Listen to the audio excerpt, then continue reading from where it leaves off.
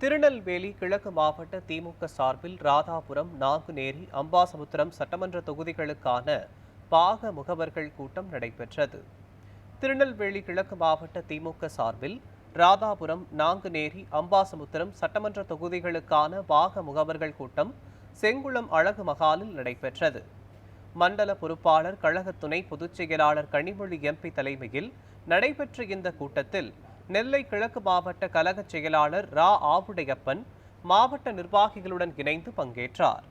மேலும் மாவட்ட கவுன்சிலர், வழக்கறிஞர் கிருஷ்ணவேணி சின்னதுரை, மாவட்ட பிரதிநிதி லிங்கேசன், இட்டமொழி மகேஷ், நவீன் ஆர்ச்பால், சுடர், சிலுவை ஆகியோர் பங்கேற்றனர்.